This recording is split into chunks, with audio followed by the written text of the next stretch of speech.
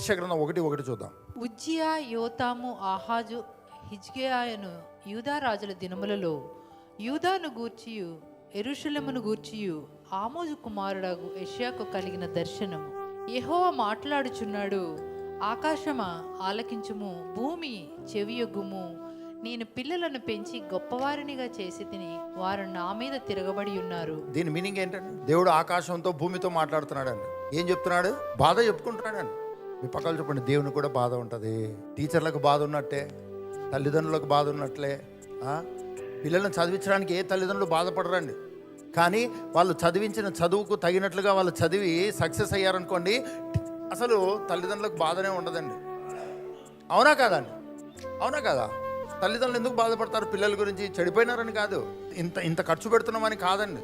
ఎప్పుడు వాళ్ళు చదవాల్సిన చదువులో వారు ముందుకెళ్తున్నారనుకోండి, తల్లిదండ్రులకు ఆరోగ్యం బాగుంటుందండి. అలానే ఒక స్టూడెంట్కు, ఒక టీచరు కూడా సంతోషంగా ఉండాలి అంటే నేర్చుకొని ఎగ్జామ్లో పాస్ అయితే దాన్ని మించిన సంతోషం ఏమి ఉండదండి. దాన్ని మించిన ఆనందము ఉండనే ఉండదు.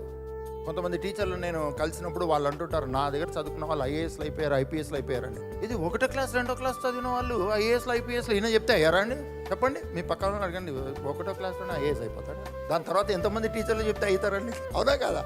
కానీ వాళ్ళ ఫీలింగ్ అండి, 1వ క్లాస్ సరిగ్గా చేసుకోకపోతే 2వ క్లాస్ ఉందా అని వాళ్ళ కాన్ఫిడెన్స్ అండి.